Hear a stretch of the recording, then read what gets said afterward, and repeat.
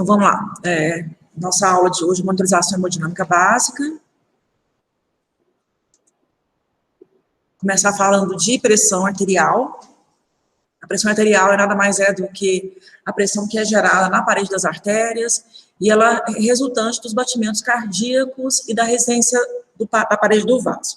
Então, quando a gente fala de pressão arterial, a gente tem que entender que ela representa o débito cardíaco versus a resistência periférica.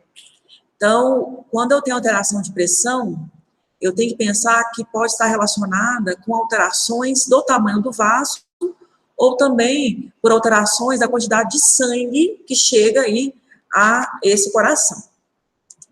Nós temos dois métodos de verificação, né, os principais métodos de verificação de pressão arterial. Então, o método pode ser tanto palpatório quanto auscultatório. O método palpatório nada mais é do que você palpar a artéria, você palpa a artéria radial ou a artéria braquial, e você insufla o aparelho de pressão até o valor da pressão sumir. Na hora que sumir o pulso, aí é o valor da pressão arterial sistólica. E aí a gente soma mais 20 a 30, insufla novamente e ausculta. E a gente vai ter, então, o método auscultatório. Então, palpar, quando você palpa, você consegue apenas a pressão arterial sistólica. Quando você ausculta, você consegue a pressão arterial diastólica. E aí a gente tem alguns métodos, né, de verificação de pressão em questão de vantagens e desvantagens. Então, é vantagem a verificação do método auscultatório, porque você vai usar pouco material. E é um material fácil, né? Qualquer pessoa sabe verificar uma pressão arterial. E qual que é a desvantagem? A desvantagem é porque, a depender do examinador, a pressão do paciente muda. E é importante também que você calibre o seu aparelho. Então, esse aparelho vai ser calibrado várias vezes, para que você possa confiar nesse aparelho. É importante também eu saber o tamanho do manguito. O tamanho do manguito, ele tem que ser apropriado para o braço do paciente. O paciente que está grave, chocado, em severa vasoconstrição, essas medidas não são fidedignas. Aí você tem que usar um método invasivo. E outra desvantagem é que o método é descontínuo. Então, você verifica agora, verifica depois, então depende muito do examinador. É muito importante esse quadro aqui, porque ele fala que muitas vezes tem alguns problemas, né, quando você verifica a pressão do paciente. Você vai ter uma falsa leitura para cima ou uma falsa leitura para baixo.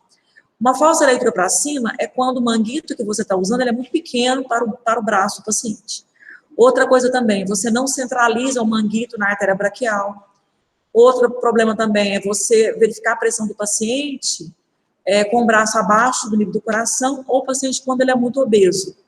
Nesse caso, as pressões vão ficar mais altas do que elas realmente são. E a falsa leitura para baixo? É quando o manguito é muito grande, quando o paciente é muito magro, quando o braço está acima do nível do coração, e quando você identifica de forma errônea os sons, né, de Korotokov.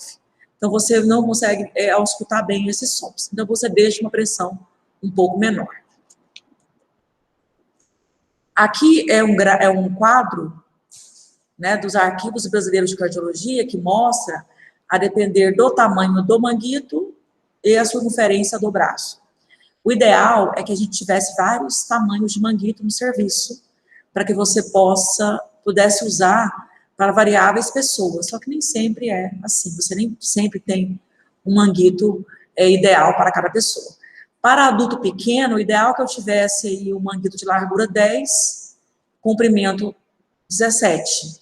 Se o braço do paciente tivesse aí entre 20 a 26. Vocês podem ver que pelo braço, você teria bolsas de borracha de tamanhos diferentes. É o que a gente não tem na nossa prática muitas vezes.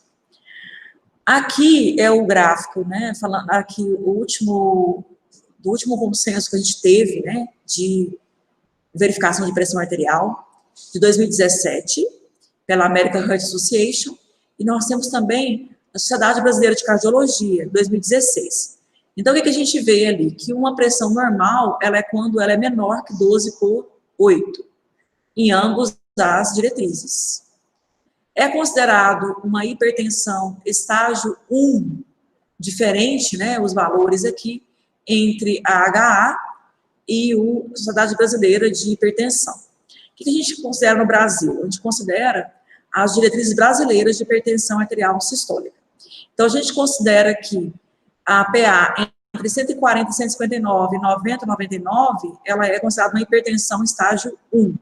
Então, o paciente já precisa ter mudança de comportamento, né? Não usa medicamento, mas já tem mudança de comportamento. E quando a gente fala de pressão arterial automatizada, que é aquela não invasiva automatizada, que você liga o paciente num aparelho, existem algumas vantagens. A vantagem é que você não tem mais a variação do examinador.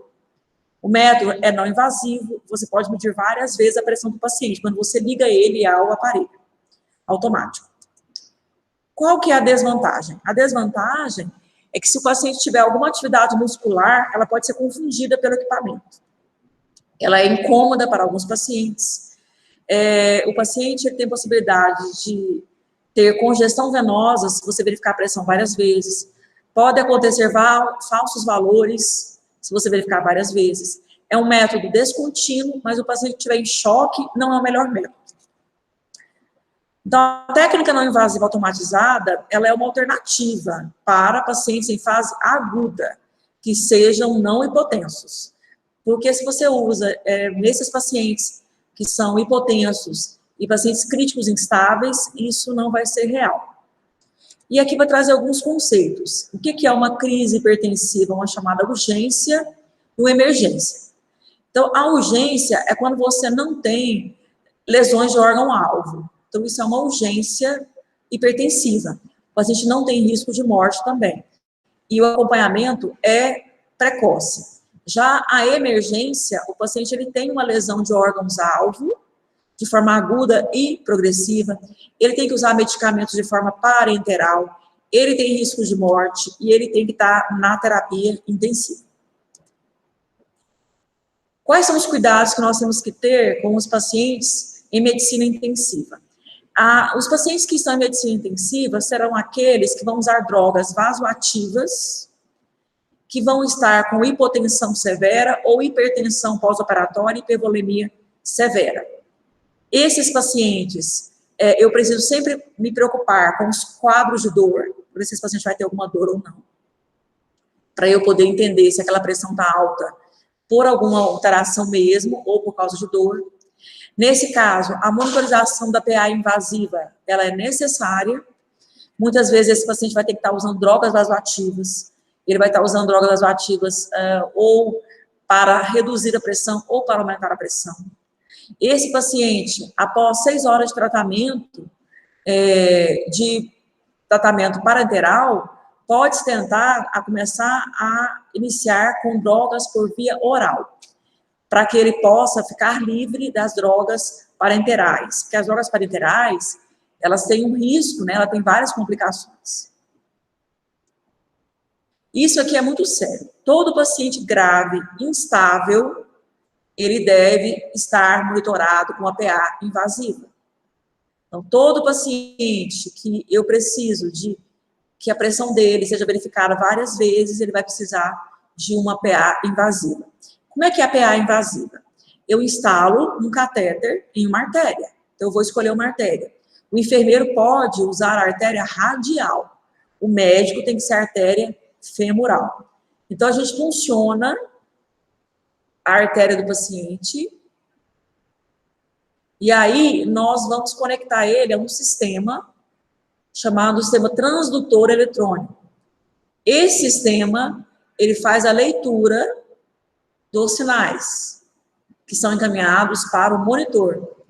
E aí, o monitor, ele consegue fazer a mensuração e me dá a pressão arterial sistólica e a pressão arterial diastólica.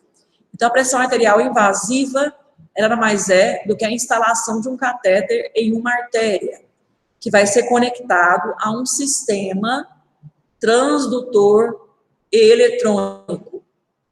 Então, essa medida ela é obtida por meio de um transdutor que faz a leitura das curvas. Ele vai olhar a curva anacróica, ele vai olhar a curva dicróica e ele vai me dar a PA média. Como é que ele faz? Ele pega a PA sistólica, mais 2 vezes a diastólica, divide por 3. Então, a pressão 12 por 8 vai dar uma média de 80 milímetros de mercúrio. É importante que eu, que estou fazendo a variação da pressão arterial invasiva, que além de eu olhar o valor, eu olhe as ondas. Essas ondas, elas representam a medida da pressão arterial. E quanto que eu vou considerar que é alterado? Se a PAM, que eu verifiquei, ela for menor que 65, tem que usar drogas vasoativas. Quais elas? Noradrenalina e vasopressina. E se ela tiver maior que 105, eu tenho que usar o tridil ou o nipride, tá? Que são drogas vasodilatadoras. Então, sempre o monitor, ele vai fazer o gráfico e ele vai me dar o valor dessa forma. Ele vai me dar o valor da pressão arterial diastólica, sistólica e a média. E aí eu sempre vou olhar a média. A média tem que ficar entre 65 e 105. Se ela ficar alterada, o paciente tem que receber aí drogas vasoativas. E aí aqui pergunta quais as técnicas devem ser utilizadas para acesso do catéter arterial e aferição da PAM. Tem que ser aquela que você faz por punção. Hoje em dia nós não fazemos dissecção, é muito raro. Tá? Em 2006 eles falavam que você poderia fazer dissecção. Você não, né? O médico poderia fazer dissecção. Então eu vou usar uma PA invasiva de forma contínua, usando transdutor eletrônico. O acesso vai ser por punção, e se não for possível, o médico faz uma dissecção. Mas na prática, eu tenho visto mais punção.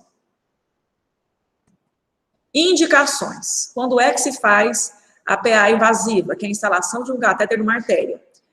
Quando o paciente seu está com emergência hipertensiva, quando o seu paciente está em estado de choque, usando drogas vasoativas, quando o seu paciente, você precisa de coletar sangue para gasometria, quando você precisa de avaliar continuamente esse paciente.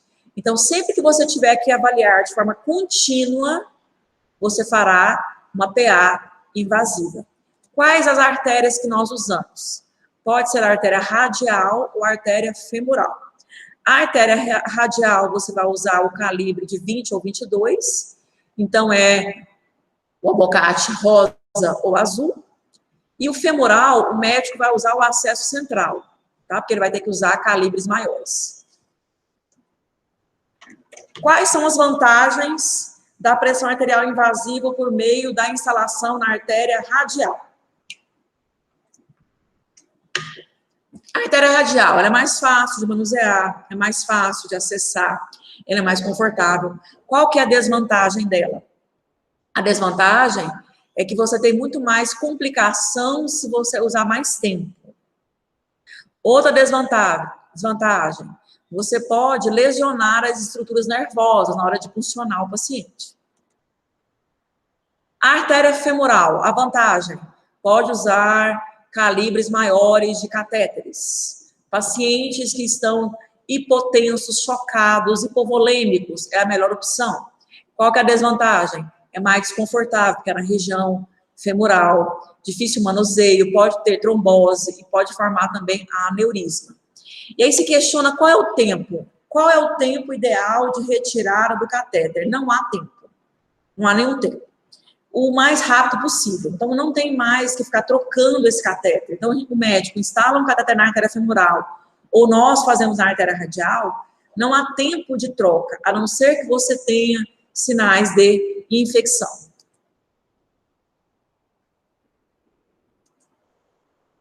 Aqui, para poder mostrar quais os medicamentos mais comuns que você usa para pacientes que tiverem com hipertensão maligna. Tá? Então, você pode usar desde diuréticos ou outros medicamentos inibidores adrenérgicos, como os beta-bloqueadores. Então, sim, pode-se usar vários medicamentos que vão ter ação ou nos receptores adrenérgicos, ou vasodilatadores diretos, ou vou ter bloqueadores dos canais de cálcio, inibidores da enzima conversora da angiotensina, que eu posso ter o captopril, por exemplo. Então, existem vários medicamentos que podem ser usados nesses pacientes que estiverem com hipertensão severa. Os medicamentos podem ser desde parenterais até orais. Aqui nós temos aqui os medicamentos vasodilatadores diretos, que são usados mais na terapia intensiva. Então, nós usamos o Tridil, que é a nitroglicerina, hidralazina, quem mais usa são gestantes, e nós também podemos usar o Nipride, que é o nitroprusiato de sódio. A nitroglicerina, ele reduz a pré-carga e ele é um excelente venodilatador, por isso que a pressão arterial cai.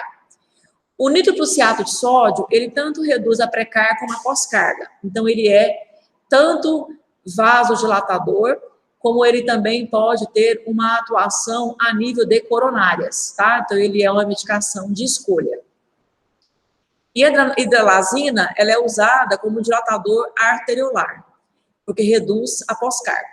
Então, o nitroprusiato de sódio, ele age tanto a nível de veia como a nível de artéria. Por isso que ele é muito mais usado em terapia intensiva. Agora vamos para o acesso venoso central, pensando em pressão venosa central. O acesso venoso central, ele é usado para quê? Para reposição volêmica, para aqueles pacientes que você tem capacidade de acesso periférico, para aqueles pacientes que você vai inserir marca-passo, catéter de artéria pulmonar, que você vai olhar a PVC desse paciente, ou você vai usar para parenteral, para droga vasopressora, e como substâncias hiperosmolares também, se você for infundir medicações hiperosmolares. Você vai precisar de um acesso venoso central. Quais acessos venosos centrais nós usamos? Usamos o catéter que o médico passa na jugular direita, jugular esquerda, subclávia esquerda, direita, femoral direita ou esquerda, ou nós poderemos usar o PIC. O PIC é um catéter usado por enfermeiros. Você instala na veia basílica, na veia cefálica, na veia axilar, e ele vai até a veia cava superior.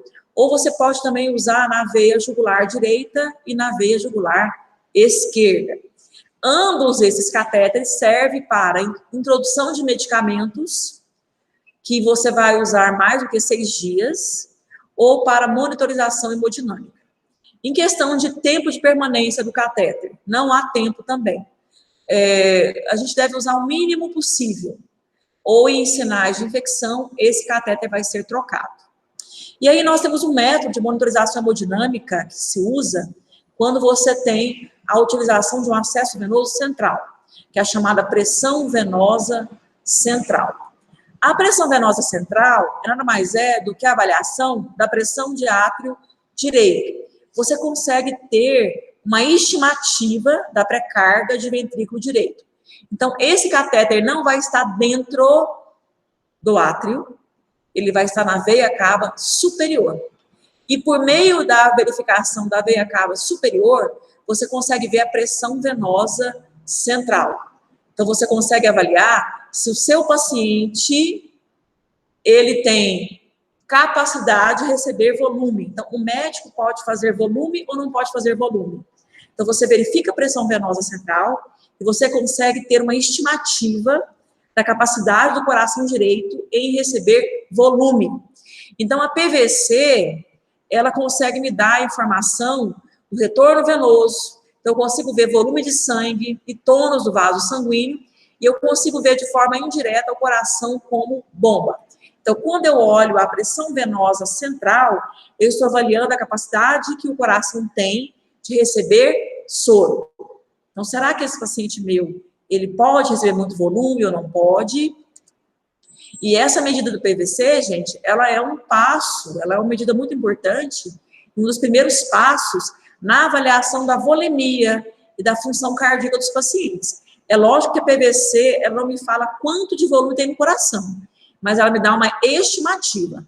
Então, sempre que eu tiver dúvida quanto ao choque de qualquer natureza, desconforto grave, insuficiência renal, sepse, ou algum paciente com um acidente de alto risco cirúrgico, que fez cirurgias grandes, eu vou avaliar a pressão venosa central. Eu não posso dizer que é uma volemia, eu não vou marcar a volemia, Eu vou apenas avaliar a resposta a teste de volume nesse paciente. Então, eu consigo ver se o meu paciente ele tem condição de receber mais volume ou não. O que se sabe? Que níveis baixos de PVC corresponde à hipovolemia. Níveis normais ou altos, eu não sei se tem hipervolemia ou não. Então, a gente vai ver que a gente vai avaliar a PVC no paciente pensando se meu paciente ele vai ter condição de manter aquela quantidade de sangue, se ele está hidratado, se ele está desidratado. Então, a PVC ela é uma medida indireta. Tem contraindicação? Não tem contraindicação. É um acesso venoso central, a gente monta um sistema que eu vou mostrar para vocês. Quais são as limitações da PVC? Tem várias limitações. Ela não pode ser usada como único marcador de volemia por isso. Porque se meu paciente tiver veno constrito, a PVC vai ser normal ou alta. Então, ele pode estar hipovolêmico e eu achando a PVC dele normal ou alta. Se ele tiver alguma alteração na veia cava, a PVC não é confiável. Se ele tiver alguma doença pulmonar, alteração de complacência do ventrículo direito, alguma valvulopatia tricúspide, não tem necessidade nenhuma de verificar PVC. Então, ela tem algumas limitações. Pacientes com pressão positiva e o uso da PIP também tem limitações. Quais são os locais que eu vou medir a PVC?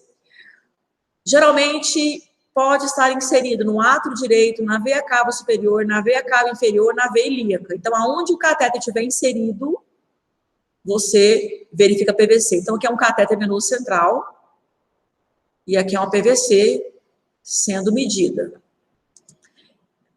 Como é que eu vou medir a PVC? Quais são os métodos? Tem a medida clínica, que você olha a jugular do paciente. Então, olhando a jugular, você vai saber se ele está hipervolêmico ou não. Ou você pode fazer medida direta, por meio da instalação de um catéter, numa veia central. E aí você vai avaliar a medida da coluna líquida, que eu vou mostrar para vocês como é que monta, ou transdutor eletrônico. E como é que a gente verifica? A gente põe o paciente em 0 graus, se ele estiver muito cansado, você pode fazer isso sentado. O 0 no transdutor deve ficar na linha axilar média, e você vai usar 2 métodos, o coluna de água ou o transdutor de pressão. Então, aqui, ó, isso aqui, ó, é uma PVC.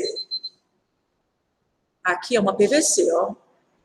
É o equipo de PVC, tem uma reguinha para você montar no suporte soro. Aqui você tem, ó, uma fita, soro fisiológico e uma régua. Então, você primeiro vai tirar o ar do equipo, você vai avaliar o eixo flebostático do paciente, que vai ser o 0 do paciente. Então, você olha aqui, ó, 0 do paciente, coloca o 0 no 0.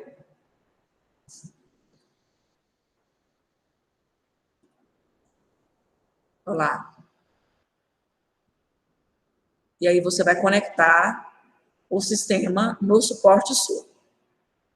Ou você pode fazer tudo isso no transdutor eletrônico. Eu vou mostrar como é que faz na prática também. Hã?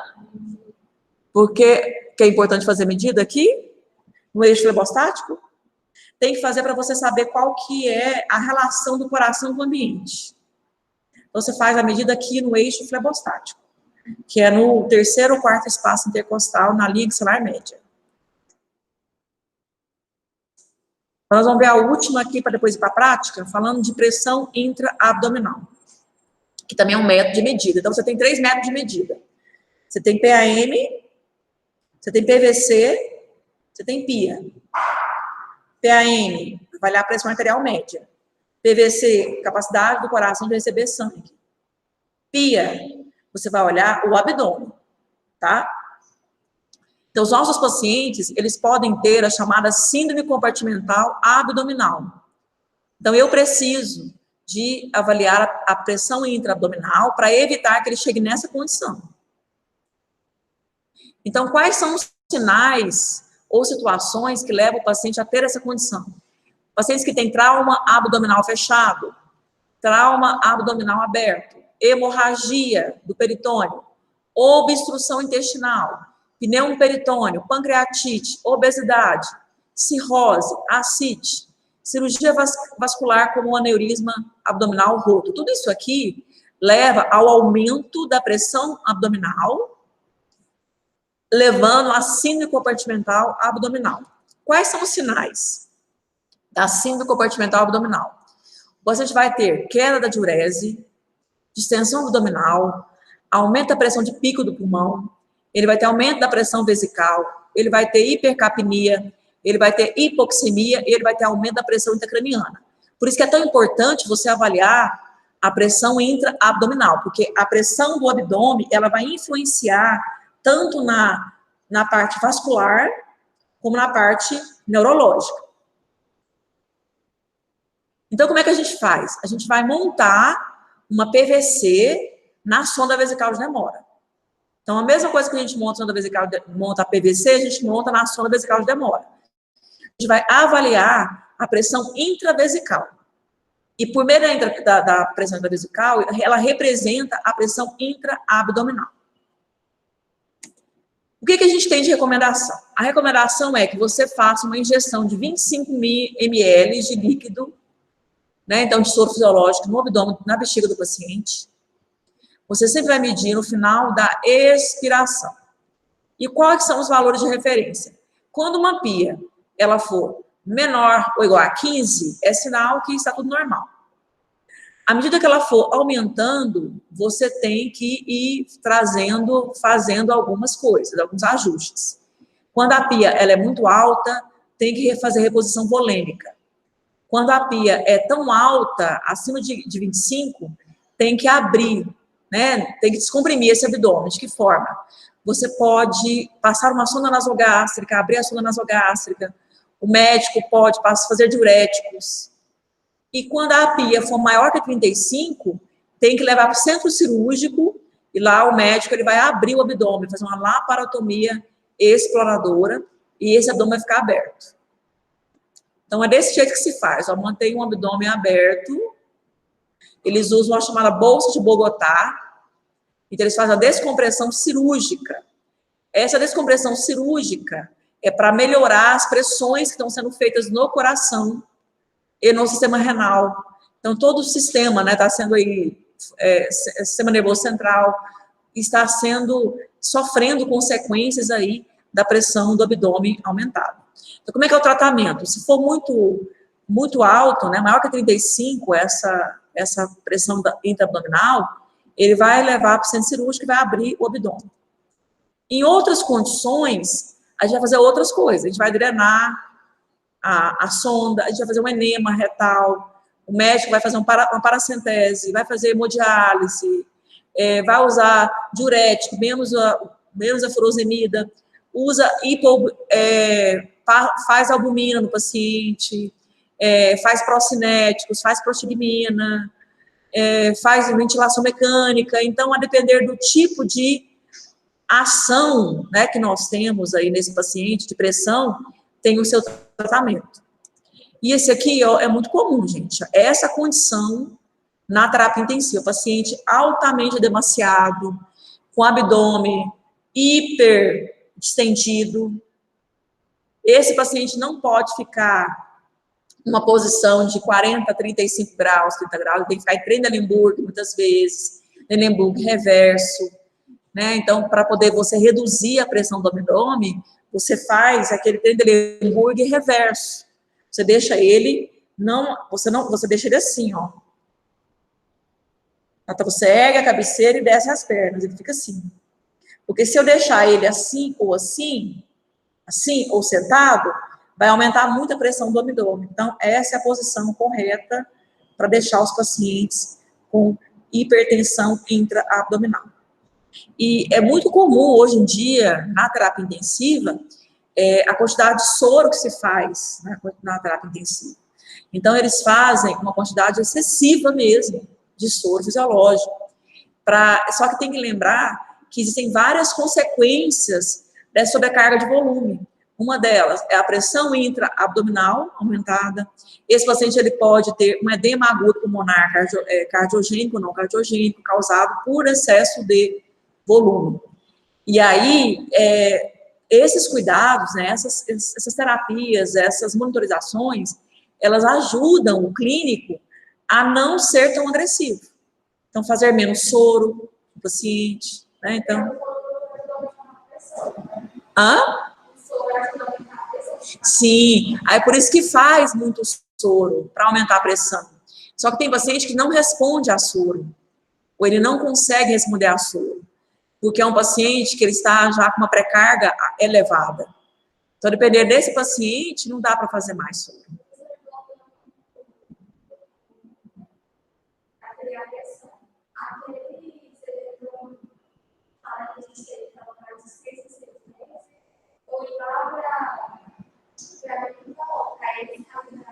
No Inmetro, sim. Sim, sim, tem que ser. É bom você calibrar, porque senão vai te dar pressões irreais. Porque o aparelho automático, ele é vantajoso. Hoje em dia, ele me dá uma informação muito melhor do que uma verificação de pressão manual. Só que se ele estiver descalibrado, é melhor você verificar a pressão manual, automática, né?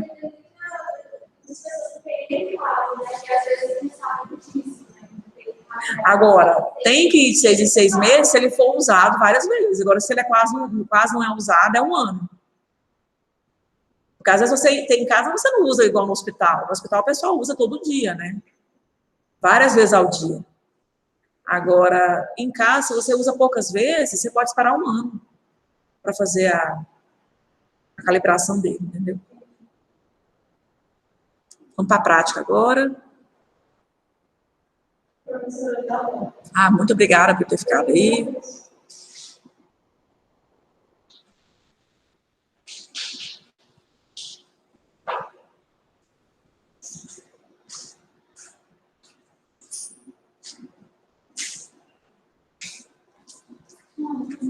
Tchau.